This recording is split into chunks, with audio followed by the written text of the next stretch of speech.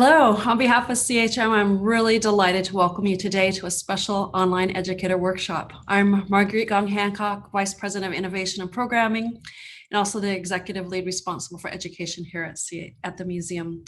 Education is core to our mission and impact as we work to reach and engage people around the globe to decode technology for everyone to shape a better future. So we're especially excited to offer the great tech story, the museum's New World in Minecraft Education Edition. In this interactive workshop today, you'll have a chance to learn more about how to incorporate the great tech story and the build challenges into your curriculum. Leading today's workshop is Kate McGregor, Director of Education here at the museum. She's a museum educator, content developer, and curriculum designer. She led the team in creating and developing the great tech story, and her passion for learning and education is inspiring. So let's get ready to build with Kate. Take it away, Kate. Hi there. Thank you so much for the introduction and welcome everybody. I'm so excited that you're all here today joining us, and I'm really excited to share more information and some visuals and a peek inside the great tech story, the Computer History Museum's World in Minecraft Education Edition. So we are going to get started here. So welcome. And as Marguerite said, I am Kate McGregor, Director of Education at the Computer History Museum here in Mountain View. And I'm really excited to get to meet some educators today. So I hope that today throughout the workshop, throughout the webinar, we're able to interact a little bit. We do have the chat open today. So please do share your thoughts and ideas and questions in the Q&A if you have them, and any other comments that you'd like to share with fellow educators in the comments in the chat. So as we get started here, I'm really interested to know where you're all joining us from. So if you can go ahead and share the country and city you're joining from in the chat, I'd love to learn from all of you and see where everyone is today. As I mentioned, the Computer History Museum is in Mountain View. This is the outside of our building, and of course, there's a lot more inside to see. Inside, we have many exhibits and lots of incredible artifacts. But what we're focusing on today is not just the artifacts and the objects, but also the people and the stories, and really looking at how we can engage our students in making connections between historic technology, today's technology, and also ways that they can think about applying technology to solve problems and possibly change the world for the better, or make the world and their experience more fun and interesting. So as we get started here, I'm very curious to know, what is your first memory of a computer and how old were you? So if you can go ahead and share that information in the chat, I'm interested to know what you think and what memories stand out for you. I'll go ahead and share here my memory of a computer. The first one that I remember having in the home, at least, was a Commodore 64. And I loved that computer. I was just getting used to learning how to operate that. And my favorite thing to do was play Ducks Ahoy on the computer. So I don't know if any of you out there remember Ducks Ahoy, but as we're talking about games today, games can be a really great way to engage students in learning, and learning not just how to use technology, but also possibly to make technology as well. So I'm interested to see some folks are joining us from California, from Pennsylvania, and I think there's some folks from Canada there as well, and possibly even Australia and the UK. So that's wonderful. Thank you all for joining us. And I see someone else is sharing that their first computer that they remember was, they were 2 years old, and is a TI 99 4A, which is amazing. So I think if you haven't yet been to the museum, I think that you would love exploring our personal computers gallery. So I encourage you to do that. And someone else mentions that they had an Apple II and that they were maybe 7 years old. So I'd also like to share a poll next. So before we explore the museum, I think we're going to share a poll here. I'd like to know a little bit more about you and the students that you work with and where you are. So I think my colleague here is going to help share that now. And please answer the poll and share that information. And as we keep going here, we're going to take a look inside the museum. So come with me and we'll explore. Here we are in the Computer History Museum lobby, and this is, of course, our virtual museum, and it looks very similar to the museum in real life. So today we're going to get to take a quick look through the building and the exhibits. So you'll see here we have a teen volunteer at the front desk to welcome us, and over there is our elevator that takes us to the build challenge and the build plate. So we'll get to look at that a little bit later as well. So if we carry on through this way, you'll get to enter the museum exhibit Revolution, the first 2,000 years of computing history. Now this exhibit in the virtual game is a little bit different in terms of layout than what we have on site, but you will still get to see lots of different artifacts, and each artifact has information as well that you can learn more about the artifact by clicking through to the links and a little bit here so you can understand what it is before you follow through. So each of those links will lead back to the Computer History Museum website where you'll be able to read more and learn more and sometimes even watch videos. So let's carry on through here. You'll see lots of interesting things along the way. Of course, we have the handheld calculator here and paper tape and punch cards around the corner back there. And we carry on through this way. Some interesting artifacts that are kind of funny and different, like this here, which is our kitchen computer. And I love the story of the kitchen computer, and it's a great one to talk about with kids in terms of that design process. And hopefully you'll get a chance to explore that a little later. We also have the Cray 1 supercomputer here, and if you're interested in having your students learn more about innovators who are interesting and sometimes quirky, Seymour Cray is a great character to look up. He is a very creative person and had a lot of really great ideas. So we carry on through here, and I'd like to show you just how this works. And so here we have a silicon ingot, and when we click here, we can learn more. We interact with the button. We can learn a little bit more about how silicon is used to make computer chips. But if we click through, we'll actually be able to go to the Computer History Museum webpage.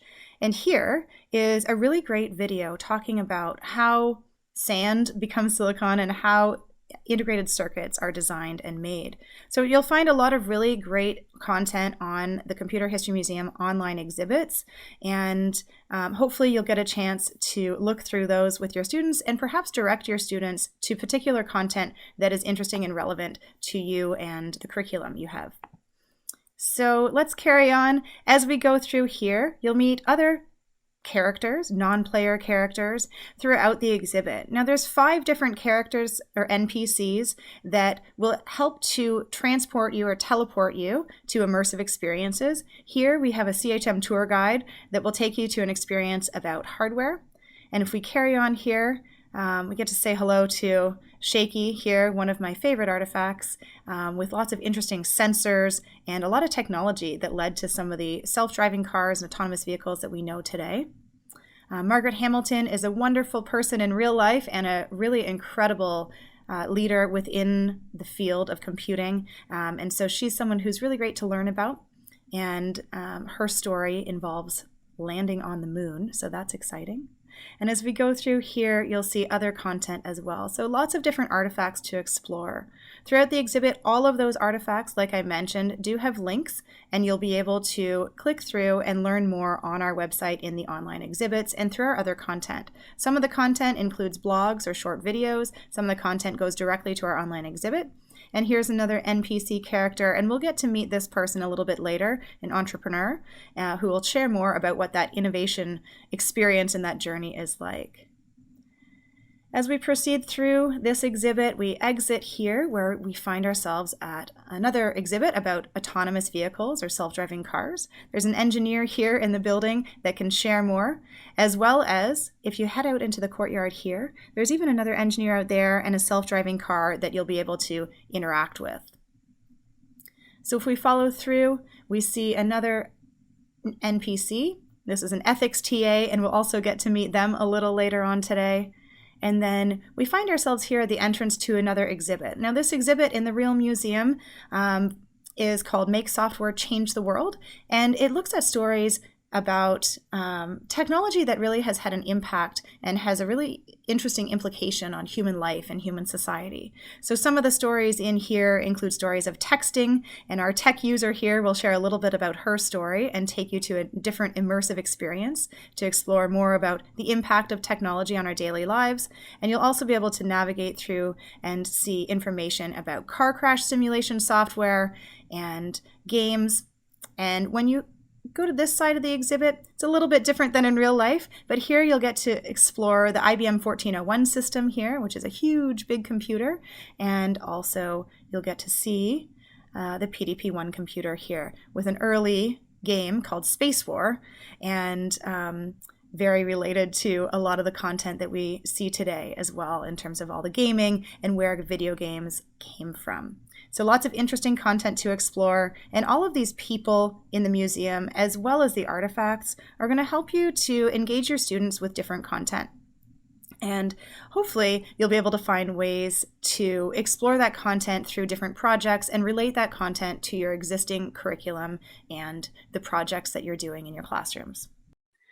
Great. So that's a bit of an overview, and some of you may have already explored the Great Text Challenge, and if you haven't yet seen it, that gives you a sneak peek into what it's all about.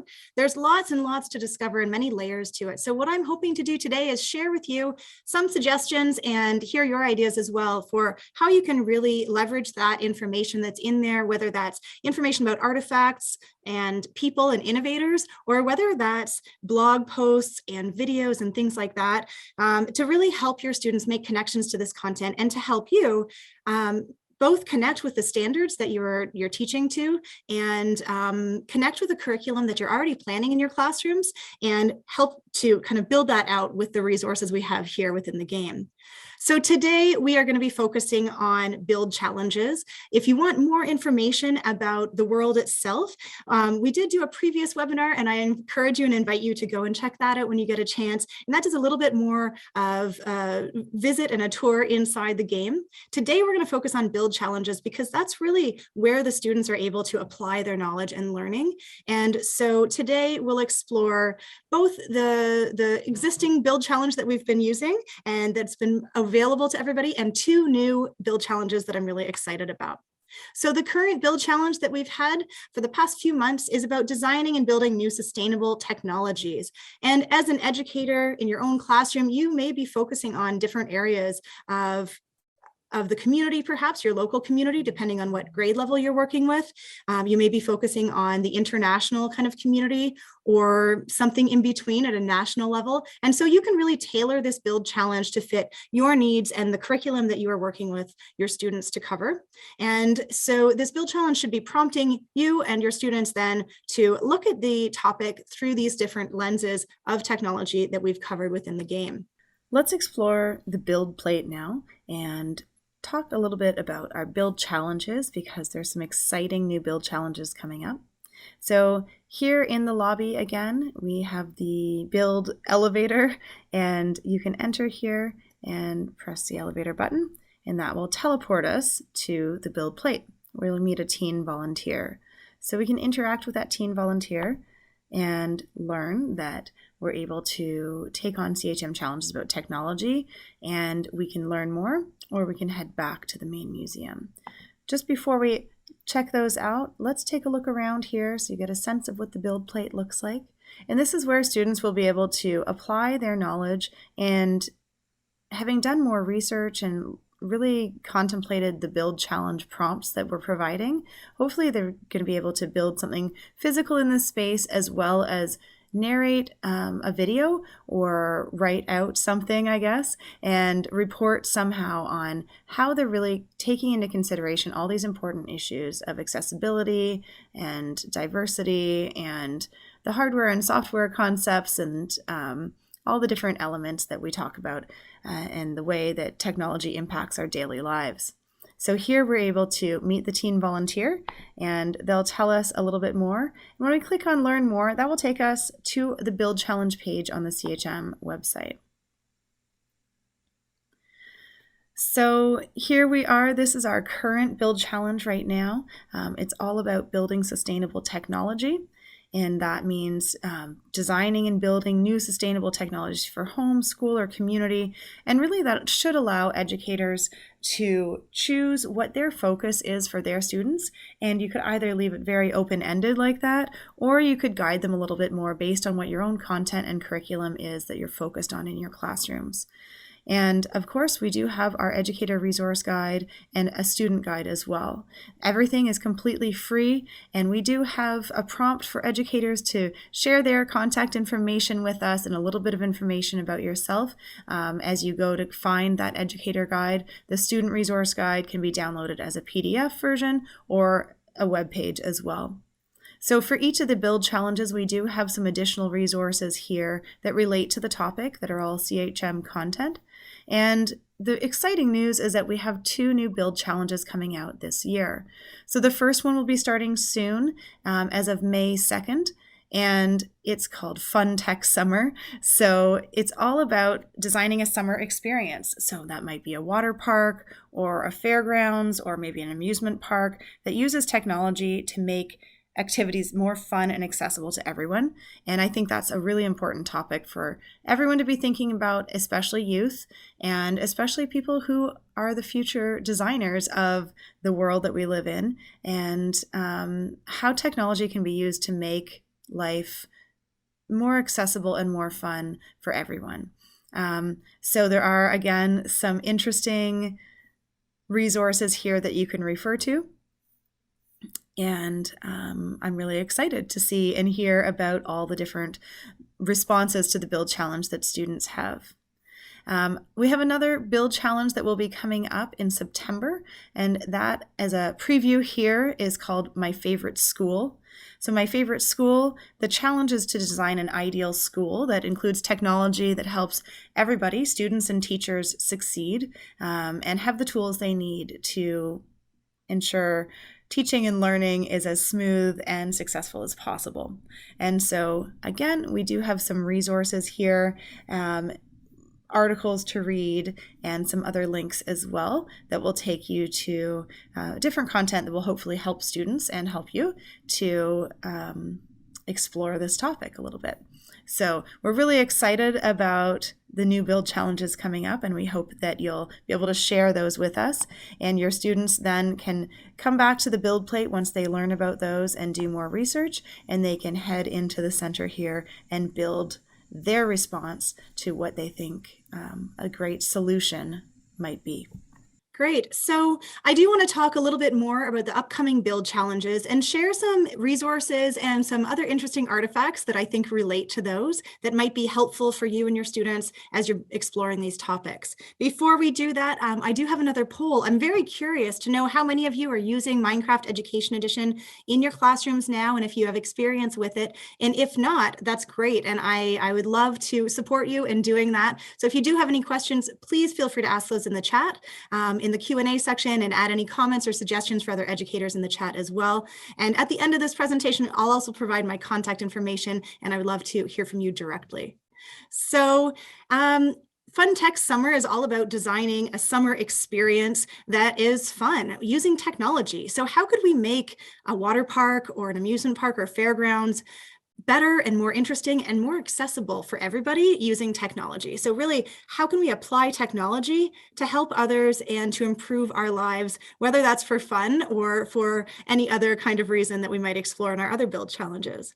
So as we carry on here, I do have an example from a young student, a friend of CHM, who was able to explore this challenge on his own recently. He's in 2nd grade, and he's 8 years old. And so next we're going to hear from Adam. So first we need to read the rules, because we need rules, right? I mean, if there were no rules, life wouldn't be, society wouldn't be a society, and I don't think I made that right. Okay. So, rules. Don't hurt each other, because be really mean to, like, hurt people.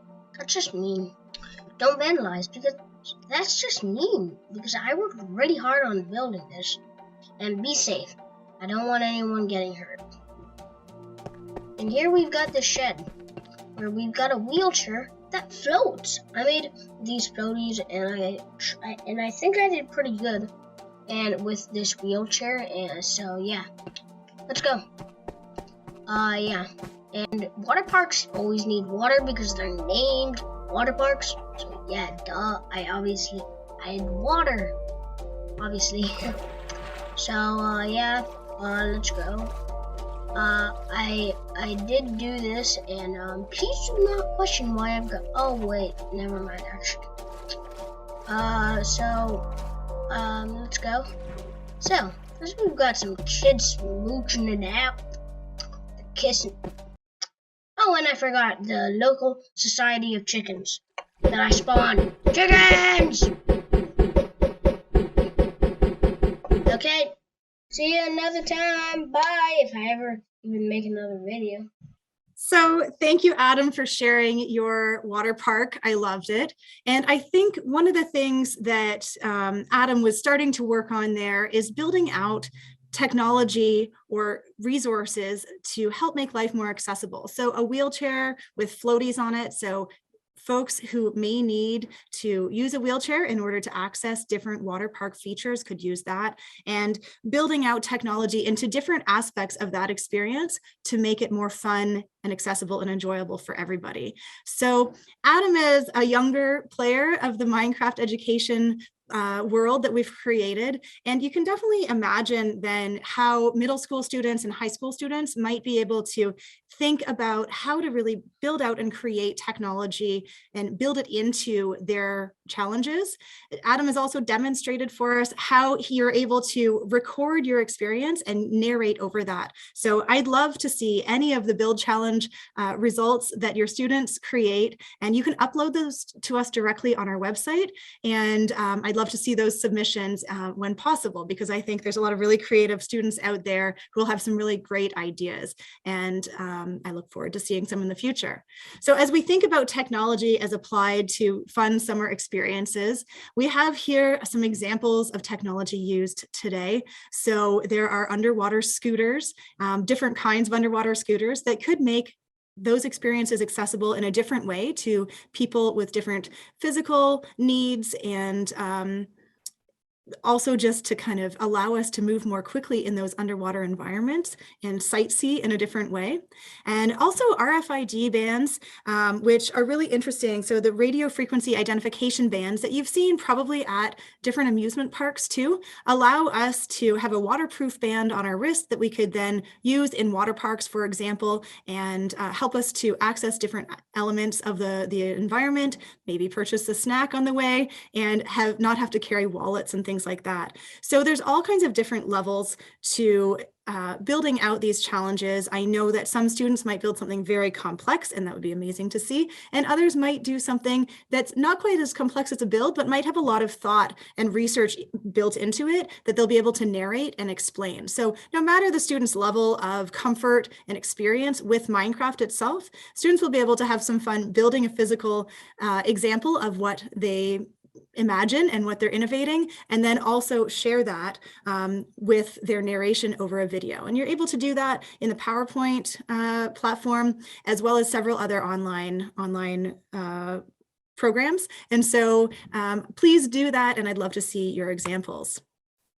Born in an era of Cold War threats, nurtured in environments of unfettered creativity, the art and technology of computer graphics are thriving. They help us explore things previously unseen because they're too far, too fast, too large, or too slow to be observed with the human eye. Computer graphics have changed how we create art, entertainment, and design. They've affected the creation of life-saving medical technologies, and they've transformed the tools of our daily lives. So this video is from our collection as well, and it's interesting to think about how you could use animation or special effects or even virtual environments to help enhance those experiences, and also how graphics and animation have allowed us to really build and create things differently than we have in the past. So we'll explore that a little bit more now. As we think about roller coasters and amusement parks, there's a lot of technology there. There's a lot of sensors, and there's a lot of, there's computer chips embedded in so many things, learning about the rides and learning about the experiences that we're having there. And then of course, all those user features throughout the park that make it more interesting. Water parks also have started doing a little bit of work to create a gamification atmosphere, where if you're sliding down the water slide, some water parks might have LED lights that you need to touch on your way down, and you can get your score at the bottom. So really thinking creatively around how students could think differently about technology and the way that they interact with that in environments that they may have experienced before. There's a lot of technology also used for outdoor recreation, whether that's camping or hiking, solar power, GPS tools, and all kinds of things like that. So whatever the summer fun experience is that the student is interested in, they could really build that out and do a lot of research and then share with you, their peers, and hopefully with us more about what they built and why. So this is in our exhibits. This is one of our amazing instructors, and he's showing a teapot to a group of students. And so one of the things that I love talking about and thinking about is the way that we've been able to create graphic animation and on-screen images. And so the Utah teapot is an artifact that might not immediately seem like something that belongs in the Computer History Museum, but the Utah teapot was absolutely crucial to creating 3D graphic images as we know them today. Martin Newell was sitting with his wife back in Utah, and they were about to have tea in 1975, and he had been looking at different types of objects and trying to figure out how he could incorporate those and build those into 3D models in the computer, but it wasn't really working out. And his wife suggested that he use the teapot that they were drinking out of. And it was a simple teapot that they'd bought at a department store there in Salt Lake City. And that teapot became an icon to graphics industry across the world. And because of all the shapes and angles that it had embedded and that were very complicated, it allowed Martin and many, many other software designers and engineers in the future and innovators to build upon what he created by creating a mesh framework on the computer that could then be moved and changed, and we could learn from it. Another example of kind of a mesh framework is car crash simulation. And so we'll learn a little bit more about what finite elements are, as you see on the bottom right of the screen there, a car crash simulation through the computer. This is a section of the front rail of Ford GT. The material in here and the geometry of this part are complex, but if you break it down into small enough pieces, those little pieces are simpler. And that's what the finite element analysis does. It's the element that you're talking about, and you can set up simple equations that describe how one little square connects to the next. And because you have the ability to do massive amounts of calculations, you can predict what's going to happen to each one of those elements, and then by aggregating them together, you can predict what happens to the entire structure. So there's a lot to think about there in terms of the types of technology that students could really research and learn about and embed in their build challenge response. So I hope that those help all of you out there to think about some of those things and look at all the resources we have on our website, both linked through the game and through the build challenge prompts on the webpage to help you figure that out. And of course, reach out to me directly if you have any questions or suggestions or ideas. I'd love to hear from you. The next build challenge that we will feature starting on September 6th is My Favorite School. And this is really about having students think about how technology could help to make the school experience a more successful environment for both them and their teachers, and how we can use technology within the school to make everyone's experience better and more accessible. And so we're going to look at a couple examples here as well. So some historic examples, not that far gone, of course, but for our students, they're a little while ago. We have the Speak and Spell and then the Touch and Tell, which we do have in our exhibit at the museum. And these are interesting educational tools that were created to help students learn different things with technology. We also have on the left side of the screen here a test grading prototype. And some of you out there who are educators probably frequently use the bubble test scoring systems. And you can think back to this example from that was created by Ray Johnson in 1934. And his prototype was then acquired by IBM, and he joined that company. So the idea that he had was really to make a simple idea much more practical and to make test grading and scoring more efficient, especially for many people. Other examples of technology here, you'll see on the right-hand side in the top corner is a H1, it's a Heath computer, a Heath kit, very popular computer, hands-on. And then you'll also see some students with a teacher in a classroom. As computers just started to kind of get introduced to classrooms, it was really interesting learning and figuring out how those devices and how that technology could help our students to learn in different ways. In the middle, of course, are two of my favorite robotic folks. We have Squee, the robotic squirrel, up at the top, and Squee could do a few things. It could drive around and collect tennis balls and things like that. And then at the bottom in the middle, we have a Logo turtle robot. And so teaching Logo programming language was really a great thing and still continues to be for students. And being able to program a turtle to then draw with its tail allowed students to have a tangible output that they could really learn from, which was really fun. So those are some examples of technologies and tools that have been historically in classrooms and in homes in the past and might help your students to kind of think differently than just the smart boards that we have today and the laptops and things like that. But how could we really use other technologies like AR, VR and robotics and things like that? And how could we prototype and build new technology as well to suit what we want the future to look like? So here's a little bit more about the very important chips that are inside so many of the devices that we use today. Today, more than 1 billion transistors can be packed on a chip the size of a thumbnail. And this all comes as a result of shrinking the size of each individual component. The tested chips, packed with integrated circuits, are placed in devices we use every day. We press a button, move a mouse, tap a key, touch a screen, and our devices respond, thanks to the integrated circuits inside. Thanks to the people who invent, design, and build them. And thanks to a common substance with uncommon potential: sand. So this video helps us, it's just a snippet of a video that we have in our collection, but it helps us to think a little bit about some of those cross-curricular connections that we can make. So whether you're teaching computer science or whether you're teaching physics or maybe an arts and language course, there could be all kinds of different ways, history and geography, that you could explore and find with your students that you could really make connections to different parts of your curriculum. So I'm really eager to hear from you out there as you do start embedding this build challenge into your curriculum this fall.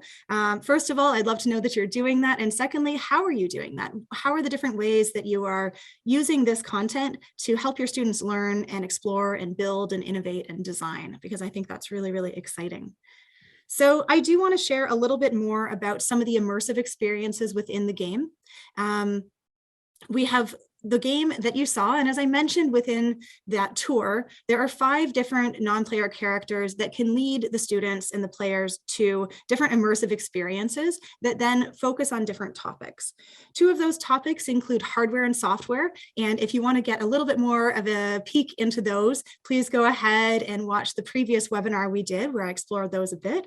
Today, we're going to look more closely at 3 of the other experiences, including a startup workspace, an ethics forum, and an impact house. So I hope that these experiences and exploring them will help you to get a sense of how we can also prompt our students to really think about these, not just the hardware and software in the building, but also how we're doing that, why we're doing that, who is part of that process, and what perspectives we need to include in order to really be intentional and be really thinking about diversity and accessibility and all these important topics that make products successful as well as products useful for people all over the world. So first of all, we're going to head to a startup workspace. And I think we met this NPC in the gallery already. So we are going to meet an entrepreneur that'll take us there. Here we have an entrepreneur non-player character, and I'm excited to talk to this person and learn from them a little bit more about what that means, being an entrepreneur and innovator. So they share with us that entrepreneurs are people who turn ideas into a business, and that's a really big task to take on. And as we do our build challenges, our students are going to be exploring how to innovate themselves. And so it'll be helpful to think a little bit about what that process entails and what some of those stages are that they might be going through as well as they design something in the build plate. So let's go with this entrepreneur and to meet a startup team, and we'll teleport to the innovation experience.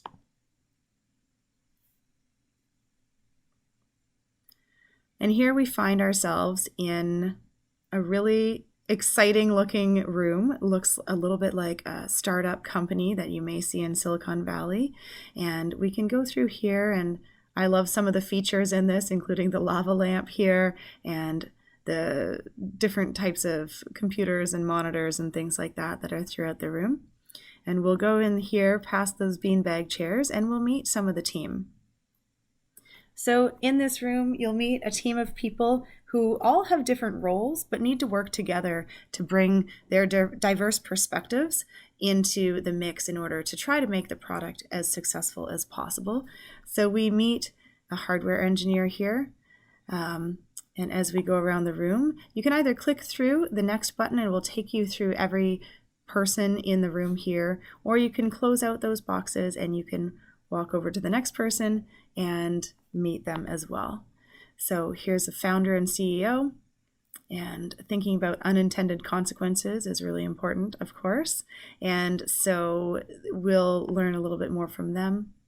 And there's some game consoles here. And we'll meet another person here as well, the chief financial officer. And they'll tell us a little bit more about funding. And you'll also find that in the additional resources that we have available for free on the website, there is a vocabulary list for some of these terms and the job titles that students may not be familiar with. So that might be a useful resource as well. And we'll look at that together in a little bit. We have a chief operating officer here. It can tell us more about their role and their concerns and things that are going on. And a hardware engineer who we spoke to in the beginning, I think. Great. So those are the members of the startup team here, and it's nice to be in this bright space with there's server racks there with lots going on, lots of innovative ideas and creative energy in that space. And of course, when we're done, we can go back to find our entrepreneur NPC who brought us here, and they will then help us to teleport back to the main museum. Great. So that's a little bit about the innovation experience, and there's lots to explore there. Next, let's go to look at how technology has an impact in our daily lives. Here we meet a new non-player character, and this time you can see that it's a tech user. And so let's meet her and learn more. This character is based on a real person in Kenya who was interviewed and participated as part of the research done as we created the Make Software Change the World exhibit about texting all over the world, and the way that technology, SMS technology, has really impacted people's lives in lots of different ways.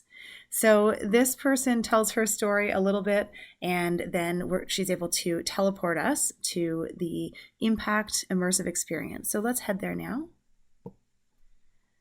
And here we are, we've arrived. We are in the front yard of a family home. And you can see that there's the house there, and there's also a character over here. So let's go this way and meet this character. So this is the mom, and the mom is telling us a little bit about the technology she's using and why she's in the yard, using security cameras and an app to help make sure that they know what's going on around the house. And each of these Learn More buttons can help us to explore more content on the CHM website. So each of those links will link out from the game and allow us to learn more there. Inside the house, you'll also meet other characters. There's a dad here who will tell us about his experience with streaming services. And in through these doors, we'll get to meet a son, Antonio.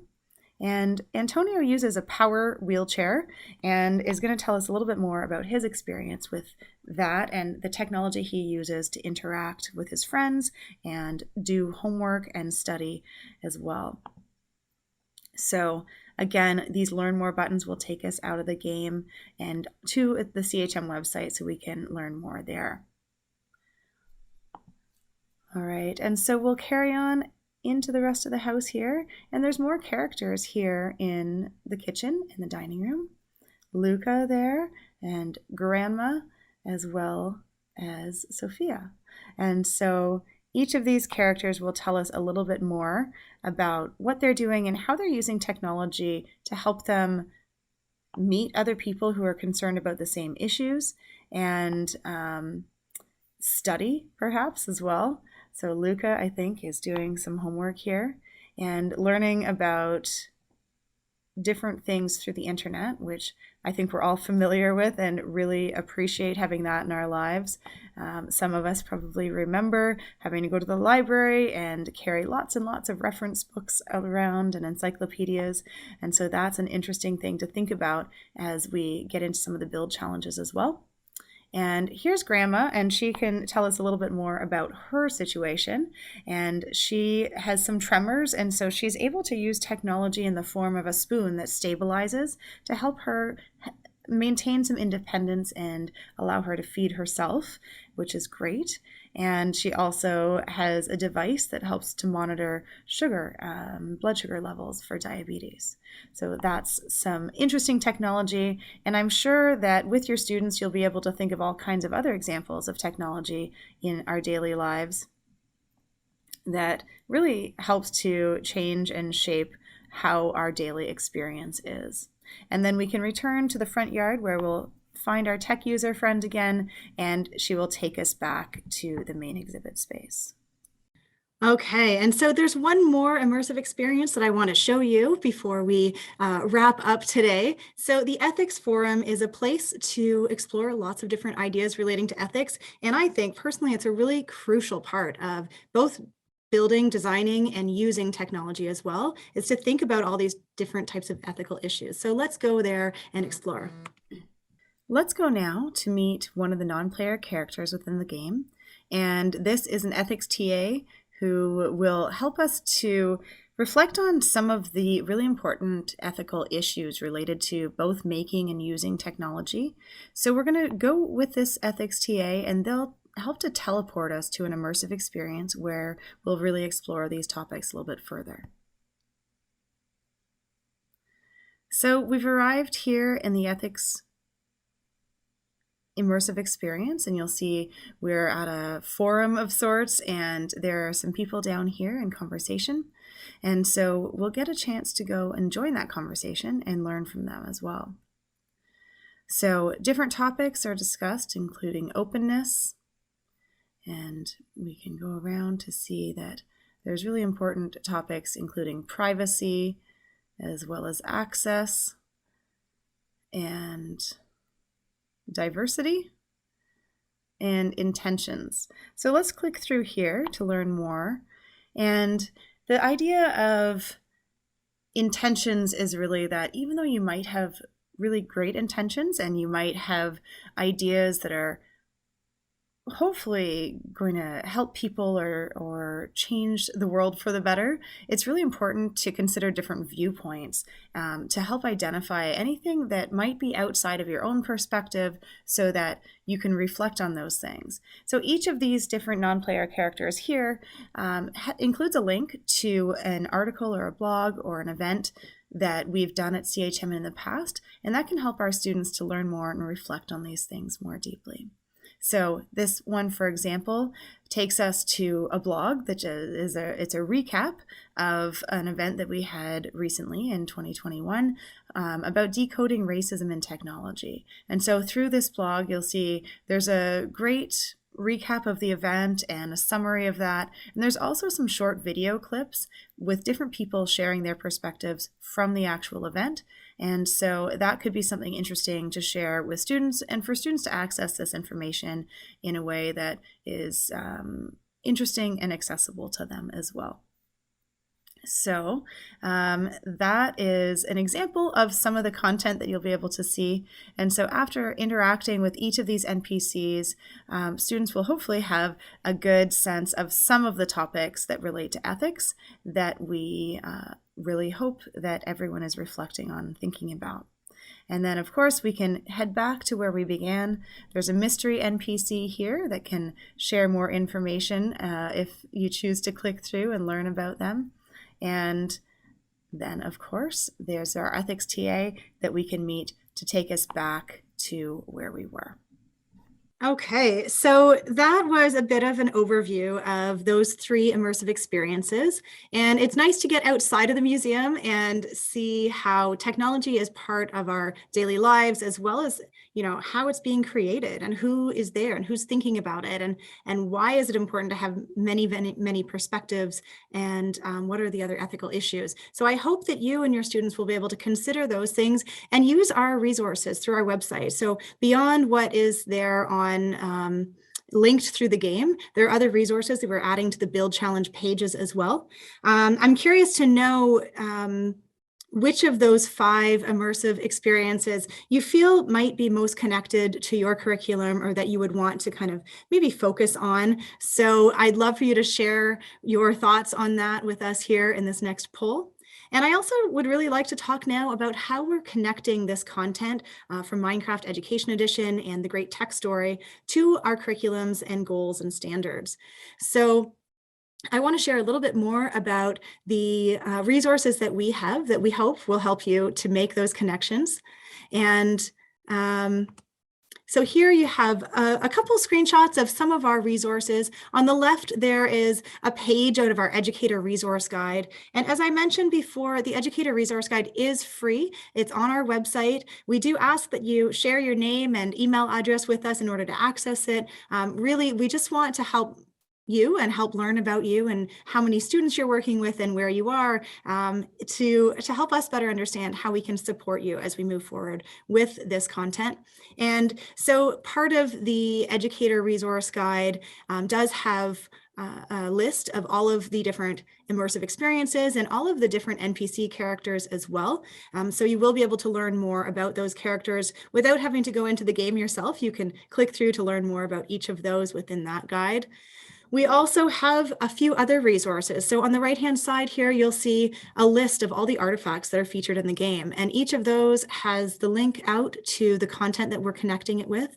There is a lot more on our website. So as you start exploring the CHM website, I encourage you to not just search the main website, but also go into our exhibits page and click into those online exhibits and search through those exhibits as well. There's a lot of really interesting content, not just pictures and descriptions, but also videos and stories that will hopefully help to make some of this content more relevant to the students that you're working with.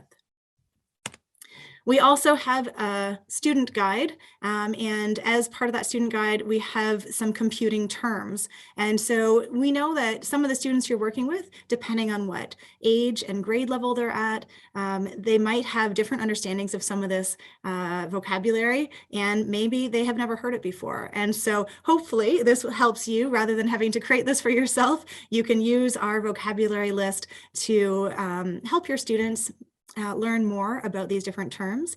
And and you can also think about different ways that you might create activities around the NPC characters or the vocabulary or the artifacts.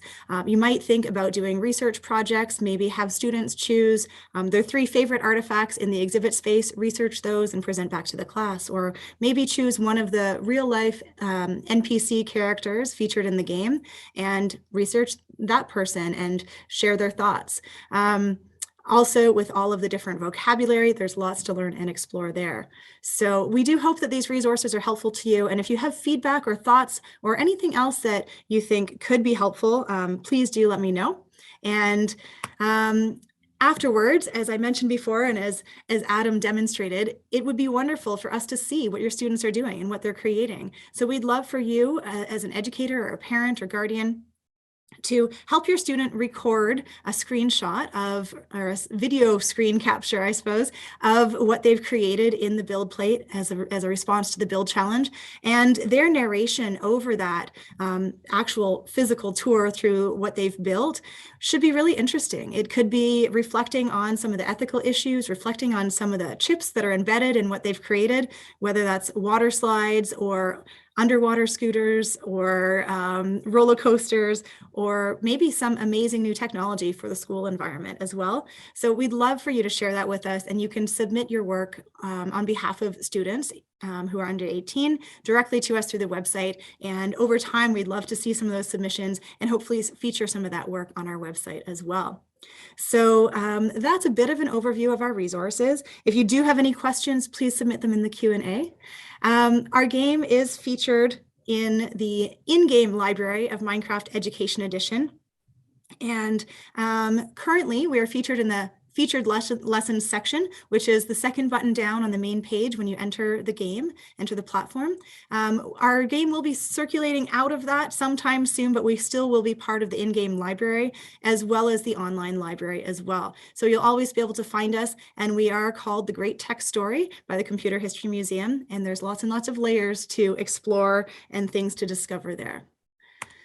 So here, and I think we've shared in the chat as well, there's a lot of great information on our webpage, on our website about Minecraft and the Great Tech Story. There's also a link here to the Great Tech Story on the online library, and also my email address. And I do welcome any feedback that you have or questions. I know I've spoken to some educators lately who haven't used Minecraft education before in their classrooms that are interested to do so. And if you're not quite sure how to do that, I'd be more than happy to hear from you and help connect you with other educators who are using it. And hopefully we can work together and collaborate.